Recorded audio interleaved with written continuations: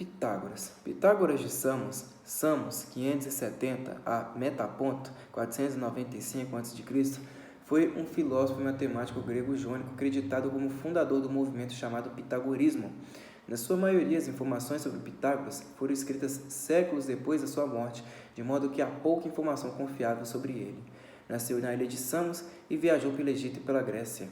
Em 520 a.C., voltou a Samos. Cerca de 530 a.C., mudou-se para Crotona, na Magna Grécia. Nascido na ilha grega de Samos, sua mãe teria se chamado Pitais e seu pai Minesarco, supostamente um mercador da cidade de Tiro, que além de Pitágoras teria tido outros 2 ou 3 filhos. Pitágoras passou a infância em Samos, embora tenha viajado bastante com seu pai. Ele foi treinado pelos melhores professores, alguns deles filósofos. Tocava lira, aprendeu aritmética, geometria, astronomia e poesia. Heródoto, Isócrates e outros primeiros escritores concordam que Pitágoras era filho de Minesarco e que ele nasceu na ilha grega de Samos, no leste do mar Egeu. Disse que seu pai era um gravador de pedras preciosas ou um comerciante rico, mas sua ascendência é controversa e pouco clara. O nome de Pitágoras levou-o a ser associado a Apolo Pitão. Aristipo de Cirene explicou seu nome dizendo: ele falou a verdade não menos do que a Pitia, apenas uma fonte tardia que é dado o nome da mãe de Pitágoras como Pitais. Jâmblico conta a história de que a Pitia profetizou a ela enquanto ela estava grávida de que daria à luz um homem supremamente bonito, sábio e benéfico para a humanidade. Quanto à data de seu nascimento, Aristóteles afirmou que Pitágoras deixou Samos no reinado de Polícrates aos 40 anos, o que daria uma data de nascimento por volta de 570 a.C. Durante os anos de formação de Pitágoras, Samos foi um próspero centro cultural conhecido por seus feitos de engenharia arquitetônica avançada, incluindo a construção do túnel de Eupalinos e sua cultura festiva. Era um importante centro comercial no Egeu, onde os comerciantes traziam mercadorias do Oriente Próximo. Segundo Christiane L. Just, esses comerciantes quase certamente trouxeram consigo ideias e tradições do Oriente Próximo. O início da vida de Pitágoras também coincidiu com o florescimento da filosofia natural jônica inicial. Ele era contemporâneo dos filósofos Anaximandro, Anaxímenes e do historiador Hecateu, todos os quais viviam em Mileto, do outro lado do mar de Samos. Acredita-se tradicionalmente que Pitágoras tenha recebido a maior parte de sua educação no Oriente Próximo. Os estudos modernos mostraram que a cultura da Grécia arcaica foi fortemente influenciada pela cultura do Oriente Próximo. Como muitos outros pensadores importantes da Grécia, Pitágoras teria estudado no Egito, para onde teria viajado em cerca de 535 a.C., alguns anos após a ocupação de Samos pelo tirano Polícrates. Lá conheceu os templos e aprendeu sobre os sacerdotes locais. Na época de Isócrates, no século IV a.C., os supostos estudos de Pitágoras no Egito já eram tomados como fato. O escritor Antifonte, que pôde ter vivido durante a era helênica, afirmou em sua obra perdida sobre homens de mérito excepcional, usada como fonte por Porfírio, que Pitágoras aprendeu a falar egípcio do próprio faraó Amoses II, que ele estudou com sacerdotes egípcios em Dióspolis, Tebas, e que ele era o único estrangeiro a receber o privilégio de participar de seu culto. O biógrafo platônico médio Plutarco, 46 a 120 d.C., escreve em seu tratado sobre Ísis e Osíris que durante a sua visita ao Egito, Pitágoras recebeu instruções do sacerdote egípcio Enufis, de Heliópolis. Enquanto isso, Solon recebeu palestras de um Sontis de Sais.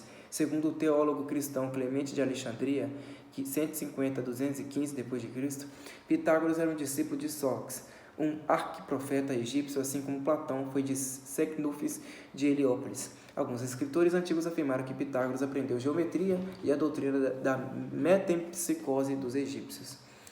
Outros escritores antigos, no entanto, alegaram que Pitágoras havia aprendido esses ensinamentos com os magos da Pérsia, ou mesmo com o próprio Zoroastro.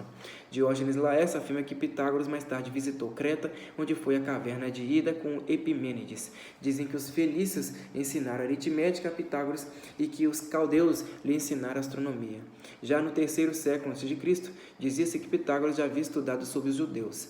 Contrariando todos esses relatos, o romancista Antônio Diógenes escreveu no século II a.C., relata que Pitágoras descobriu todas as suas doutrinas interpretando sonhos. O sofista Filóstrato, do século III d.C., afirma que, além dos egípcios, Pitágoras também estudou com sábios hindus na Índia. Jâmblico expande ainda mais essa lista, afirmando que Pitágoras também teria estudado com os celtas e os ibéricos. Em 525 a.C., o rei persa Cambises I atacou o Egito, e uma lenda conta que Pitágoras teria sido capturado e enviado para a Babilônia, onde teria recebido ensinamentos espirituais de influência oriental. Nas tentativas anedóticas de associá-lo a um possível contato com os chamados magos persas, babilônicos ou até com hindus. Em 522 a.C., ambos, Polícrates e Cambises, já haviam morrido, então Pitágoras retorna a Samos, onde funda uma escola de filosofia chamada Semicírculo. Por volta de 518 a.C., para evitar conflitos políticos, viaja para o sul da Itália, para a cidade de Crotona, onde funda uma escola espiritual. Lá ele teria se casado. Família e amigos. Diógenes Laércio afirma que Pitágoras não se entregava aos prazeres do amor e que advertiu os outros a fazer sexo apenas quando você estiver disposto a se tornar mais fraco do que está. Segundo Porfírio, Pitágoras casou-se com Teano, uma senhora de Creta e filha de Pitonax de Creta, e teve vários filhos com ela. Porfírio escreve que Pitágoras teve 2 filhos chamados Telauge e Arignote, e uma filha chamada Mia, que tiveram precedência entre as donzelas de Crotona e quando esposadas entre as mulheres casadas. Jâmblico não menciona nenhum desses filhos, e em vez disso apenas menciona um filho chamado Mnesarco em homenagem a seu avô. Este filho teria sido criado pelo sucessor nomeado de Pitágoras, Aristeu, e acabou assumindo a escola quando Aristeu estava velho demais para continuar a administrá-la. Dizia-se que o lutador Melon de Croton era um associado próximo de Pitágoras e foi acreditado por ter salvado a vida do filósofo quando um telhado estava prestes a desabar. Essa associação pode ter sido resultado de confusão com um homem diferente chamado Pitágoras, que era um treinador de atletismo. Diógenes Laércio registra o nome da esposa de Milo como Mia. Jâmblico menciona Teano como esposa de Brontino de Crotona. Diógenes Laércio afirma que essa mesma Teano era aluna de Pitágoras e que a esposa de Pitágoras, Teano, era filha dele. Diógenes Laércio também registra que os trabalhos supostamente escritos por Teano ainda existiam durante a sua própria vida e cita várias opiniões atribuídas a ela. Esses escritos agora são conhecidos por serem pseudoepígrafos. Morte. A ênfase de Pitágoras na dedicação e no ascetismo é acreditada por ajudar na vitória decisiva de Crotona sobre a colônia vizinha de Síbaris, em 510 a.C. Após a vitória, alguns cidadãos proeminentes de Crotona propuseram uma constituição democrática que os pitagóricos rejeitaram. Os partidários da democracia, liderados por Cílon e Ninon, o primeiro dos quais se diz ter ficado irritado com sua exclusão da Irmandade de Pitágoras, despertaram a população contra eles. Seguidores de Cílon e Ninon atacaram os pitagóricos durante uma de suas reuniões na casa de Milo ou em algum outro local da reunião. Relatos do ataque são frequentemente contraditórios e muitos provavelmente o confundiram com rebeliões antipitagóricas posteriores. O edifício foi aparentemente incendiado e muitos dos membros reunidos morreram, somente os membros mais jovens e mais ativos conseguiram escapar. Fontes discordam sobre se Pitágoras estava presente quando o ataque ocorreu e se ele estava, se conseguiu ou não escapar. Em alguns relatos, Pitágoras não estava na reunião quando os pitagóricos foram atacados, porque ele estava em Delos, atendendo a Ferécides em leito de morte. Segundo outro relato de Dicérco, Pitágoras estava na reunião e conseguiu escapar, levando um pequeno grupo de seguidores à cidade vizinha de Locris, onde eles pediram refúgio, mas foram negados. Eles chegaram à cidade de Metaponto, onde se abrigaram no Templo das Musas e morreram de fome depois de 40 dias sem comida. Outro conto registrado por Porfírio afirma que, enquanto os inimigos de Pitágoras estavam queimando a casa, seus devotados estudantes deitaram-se no chão para fazer um caminho para ele escapar, caminhando sobre seus corpos através das chamas como uma ponte. Pitágoras conseguiu escapar, mas estava tão desanimado com a morte de seus amados alunos que ele teria cometido suicídio. Uma lenda diferente, relatada por Diógenes Laércio e Jâmblico, afirma que Pitágoras quase conseguiu escapar, mas que ele chegou a um campo de favas e se recusou a percorrê-lo, por isso violaria seus ensinamentos, e ele parou então e foi morto. Essa história parece ter sido originada do escritor Neantes, que falou sobre os pitagóricos posteriores, não sobre o próprio Pitágoras. A escola pitagórica. Os pitagóricos interessavam-se pelo estudo das propriedades dos números. Para eles, o número, sinônimo de harmonia, é constituído da soma de pares e ímpares, os números pares e ímpares expressando as relações que se encontram em permanente processo de mutação, sendo considerado como a essência das coisas, criando noções opostas, limitado e ilimitado, e a base da teoria da harmonia das esferas. A escola pitagórica era conectada com concepções esotéricas, e a moral pitagórica enfatizava o conceito de harmonia, práticas ascéticas e defendia a metempsicose. Segundo os pitagóricos, o cosmos é regido por relações matemáticas. A observação dos astros sugeriu-lhes que uma ordem domina o universo. Evidências disso estariam no dia e noite, no alterar-se das estações e no movimento circular e perfeito das estrelas. Por isso, o mundo poderia ser chamado de cosmos, termo que contém as ideias de ordem, de correspondência e de beleza. Nessa cosmovisão também concluíram que a Terra é esférica, estrela entre as estrelas que se move ao redor de um fogo central. Alguns pitagóricos chegaram até a falar da rotação da Terra sobre o eixo. Mas a maior descoberta de Pitágoras ou dos seus discípulos, já que há obscuridades em torno do pitagorismo devido ao caráter esotérico e secreto da escola, deu-se no domínio da geometria e se refere às relações entre os lados do triângulo retângulo. A descoberta foi enunciada no Teorema de Pitágoras.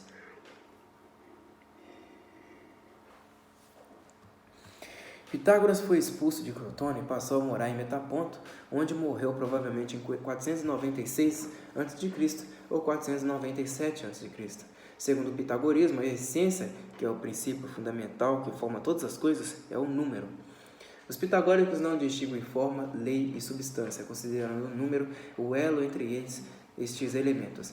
Para esta escola existiam 4 elementos: terra, água, ar e fogo.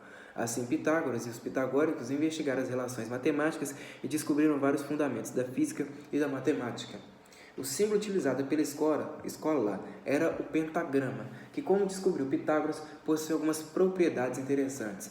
Um pentagrama é obtido traçando-se as diagonais de um pentágono regular. Pelas intersecções dos segmentos dessa diagonal, é obtido um novo pentágono regular, que é proporcional ao original exatamente pela razão áurea. Pitágoras descobriu em que proporções uma corda deve ser dividida para a obtenção das notas musicais no início, sem a altura definida, sendo uma tomada como fundamental. Pensemos numa longa corda presa a 2 extremidades que, quando tangida, nos dará o som mais grave, e a partir dela gerar-se-á a quinta e terça através da reverberação harmônica. Os sons harmônicos, prendendo-se a metade da corda, depois a terça parte, depois a quinta parte, conseguiremos os intervalos de quinta e terça em relação à fundamental, a chamada série harmônica. À medida que subdividimos a corda, obtemos sons mais altos e os intervalos serão diferentes, e assim sucessivamente. Descobriu ainda que frações simples das notas tocadas juntamente com a nota original produzem sons agradáveis, já as frações mais complicadas tocadas com a nota original produzem sons desagradáveis.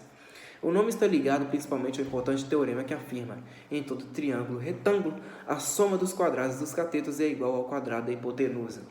Durante o século IV a.C., verificou-se no mundo grego uma revivescência da vida religiosa. Segundo alguns historiadores, um dos fatores que concorreram para esse fenômeno foi a linha política adotada pelos tiranos. Para garantir o papel de líderes populares e para enfraquecer a antiga aristocracia, os tiranos estimulavam a expansão de cultos populares ou estrangeiros. Dentre esses cultos, um teve enorme difusão, o orfismo, de Orfeu, originário da Trácia, e que era uma religião essencialmente esotérica. Os seguidores dessa doutrina acreditavam na imortalidade da alma, ou seja, enquanto o corpo se degenerava, a alma migrava para outro corpo por várias vezes, a fim de efetivar a purificação.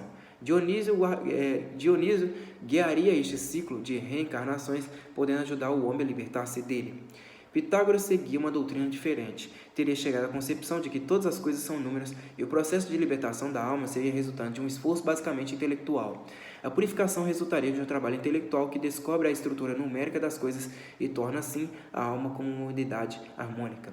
Os números não seriam, neste caso, símbolos, mas os valores das grandezas, ou seja, o mundo não seria composto dos números 0, 1 e 2, etc., mas dos valores que eles exprimem.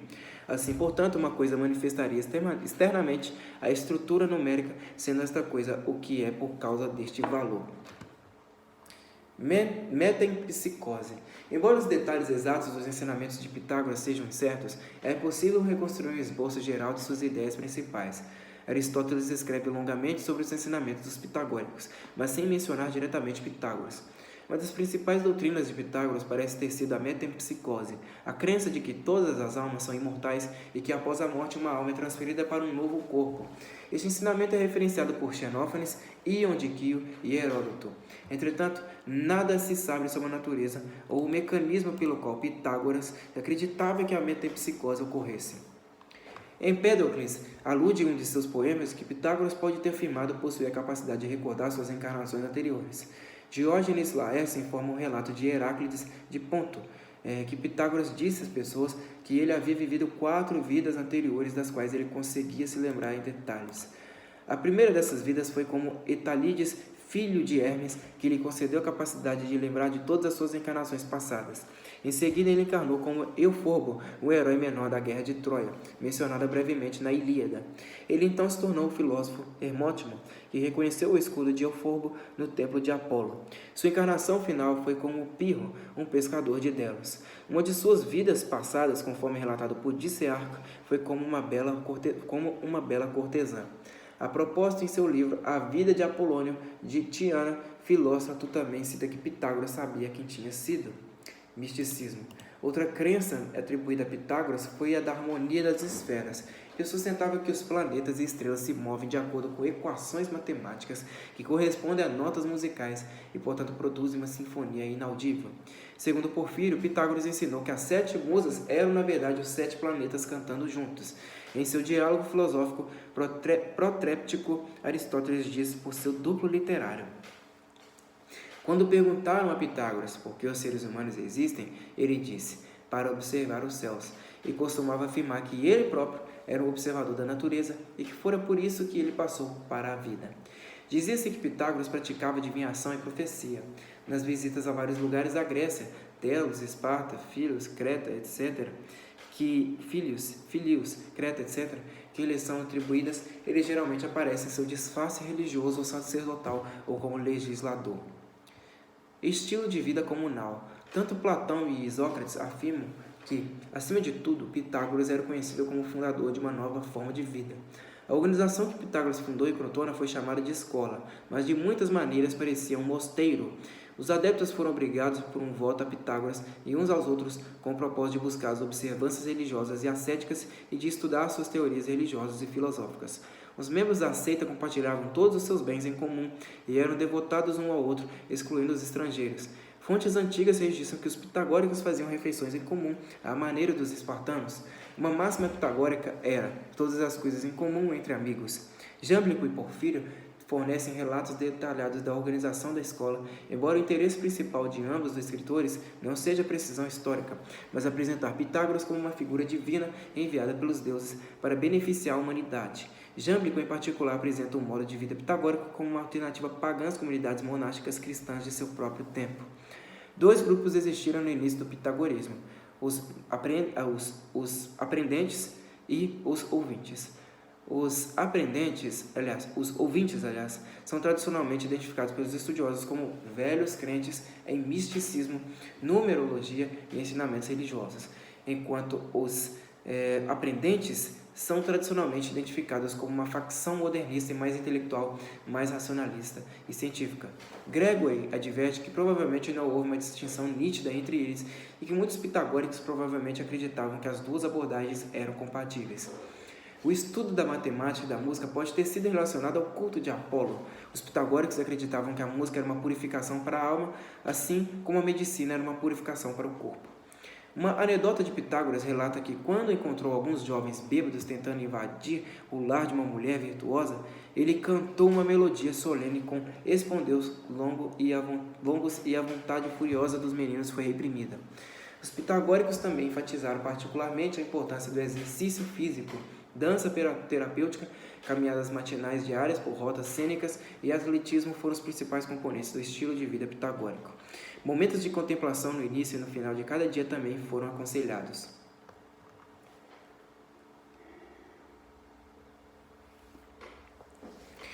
Proibições e regulamentos.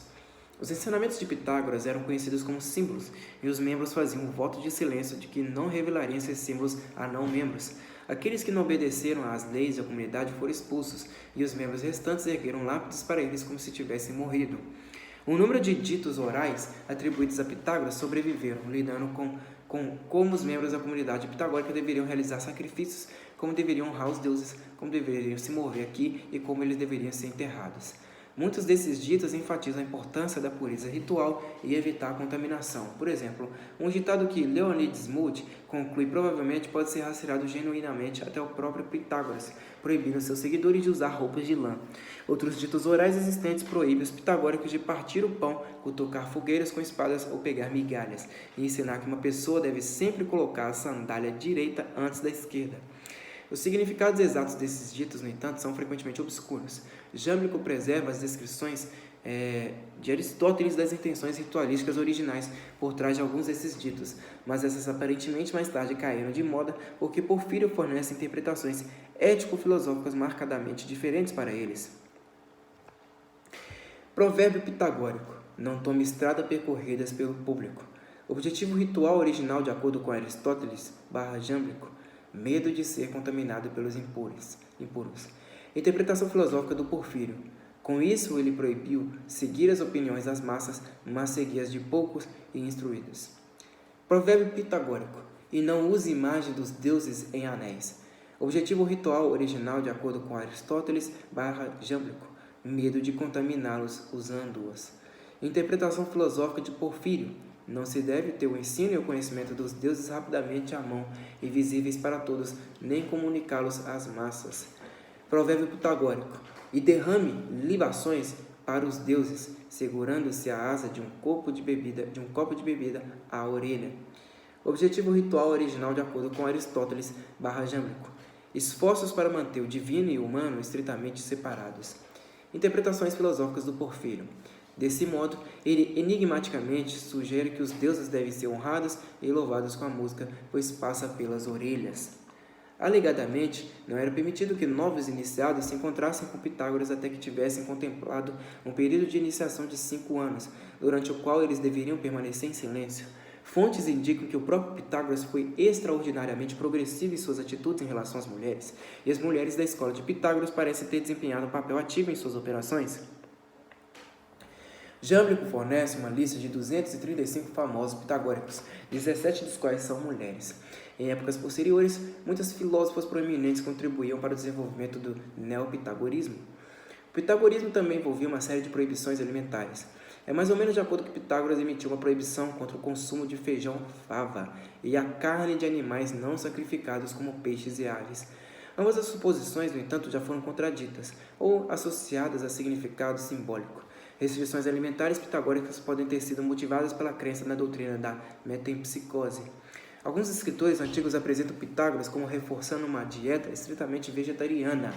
Eudoxo de Cnido, um estudante de Arquitas, escreve: Pitágoras se distinguiu por essa pureza e, portanto, evitou matar, e aqueles que matavam, de modo que ele não apenas se absteve de alimentos de origem animal, mas também manteve distância de cozinheiros e caçadores.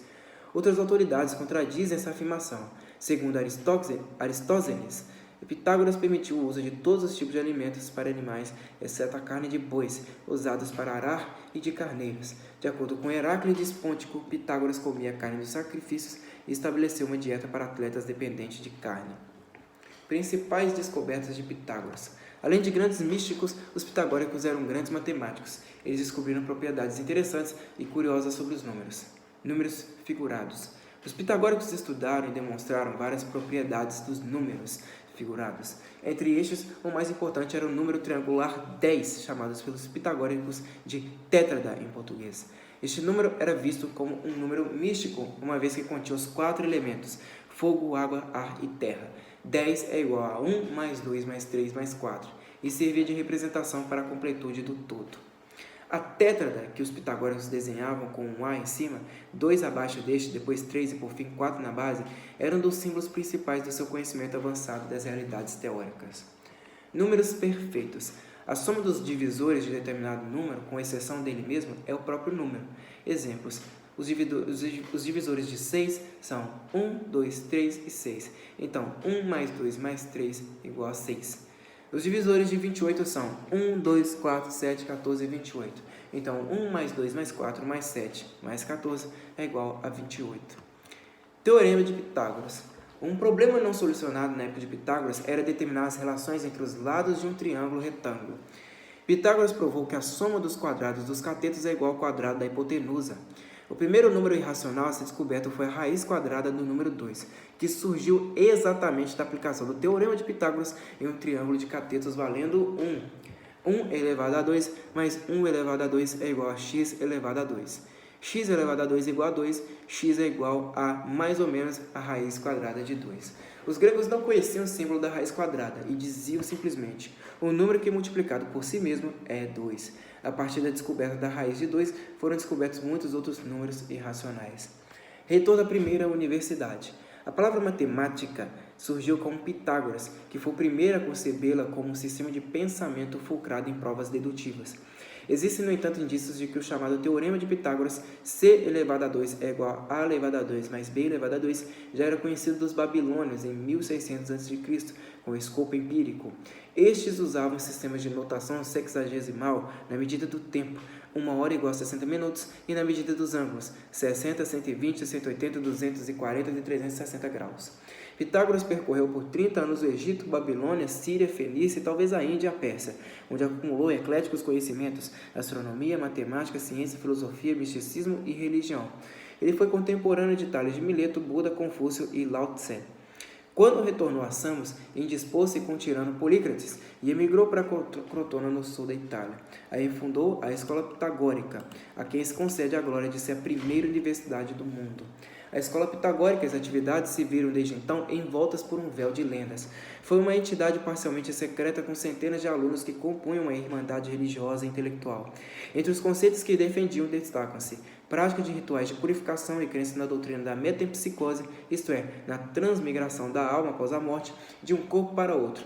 Portanto, advogam a reencarnação e a imortalidade da alma. Lealdade entre os membros de distribuição comunitária dos bens materiais. Austeridade, ascetismo, e obediência à hierarquia da escola. Proibição de beber vinho e comer carne, portanto é falsa informação que os discípulos tivessem mandado matar 100 bois quando da demonstração do denominado Teorema de Pitágoras. Purificação da mente para o estudo de geometria, aritmética, música e astronomia. Classificação aritmética dos números em pares, ímpares, primos e fatoráveis. Criação de um modelo de definições, axiomas, teoremas e provas, segundo o qual a estrutura intrincada da geometria é obtida de um pequeno número de afirmações explicitamente feitas e da ação de um raciocínio dedutivo rigoroso, George Simons. Grande celeuma instalou-se entre os discípulos de Pitágoras a respeito da irracionalidade do raiz de 2. Utilizando notação algébrica, os pitagóricos não aceitavam qualquer solução numérica para x elevado a 2 igual a 2, pois só admitiam números racionais. Dada a conotação mística atribuída aos números, comenta-se que, quando o infeliz Hipaso de Metaponto propôs uma solução para o impasse, os outros discípulos o expulsaram da escola e o afogaram no mar. Na astronomia, ideias inovadoras, embora nem sempre verdadeiras. A Terra é esférica. Os planetas movem-se em diferentes velocidades nas várias órbitas ao redor da Terra. Pela cuidadosa observação dos astros, cristalizou-se a ideia de que há uma ordem que domina o universo. Aos pitagóricos deve-se provavelmente a construção do cubo, tetraedro, octaedro, dodecaedro e a bem conhecida seção áurea. Na música, uma descoberta notável de que os intervalos musicais se colocam de modo que admite expressões através de proporções aritméticas. Pitágoras, assim como outros filósofos gregos pré-socráticos, também descreveu o poder do som e seus efeitos sobre a psique humana. Essa experiência músico-terápica possivelmente foi utilizada mais tarde por Aristóteles como base teórica para sua definição de música, que, segundo ele, era uma arte medicinal. Pitágoras é o primeiro matemático puro. Entretanto, é difícil separar o histórico do lendário, uma vez que deve ser considerado uma figura imprecisa historicamente, já que tudo o que dele sabemos deve ser tradição oral. Nada deixou escrito, e os primeiros trabalhos sobre o mesmo devem-se a Filolau, quase 100 anos após a morte de Pitágoras. Mas não é fácil negar aos pitagóricos, asseverava Karl Boyer, o papel primordial para o estabelecimento da matemática como disciplina racional. A despeito de algum exagero, há séculos cunhou-se uma frase: se não houvesse o Teorema Pitágoras, não existiria geometria. Ao biografar Pitágoras, Jámblico, 300 d.C., registra que o mestre vivia repetindo aos discípulos: todas as coisas se assemelham aos números. Influência posterior na antiguidade. A escola pitagórica ensejou forte influência na poderosa verba de Euclides, Arquimedes e Platão, na antiga era cristã da Idade Média, na Renascença, e até em nossos dias com o neopitagorismo.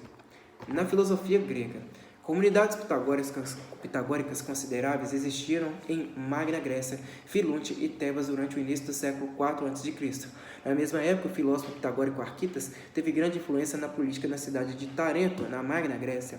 Segundo a tradição posterior, Arquitas foi eleito como estratego general 7 vezes, apesar de outros terem sido proibidos de servir por mais de um ano. Arquitas também era um matemático e músico de renome. Ele era um amigo íntimo de Platão e é citado na República de Platão. Aristóteles afirma que a filosofia de Platão era fortemente dependente dos ensinamentos dos pitagóricos. Cícero repete essa afirmação, observando que dizem que Platão aprendeu todas as coisas pitagóricas. De acordo com Charles H. Ken, os diálogos intermediários de Platão, incluindo Menon, Fédon e a República, têm uma forte coloração pitagórica. E seus últimos diálogos, particularmente Filebo e Timeu, são extremamente pitagóricos em caráter.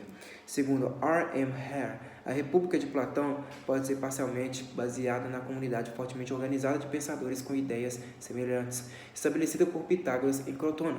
Além disso, Platão pode ter emprestado de Pitágoras a ideia de que a matemática e o pensamento abstrato são uma base segura para a filosofia, a ciência e a moralidade.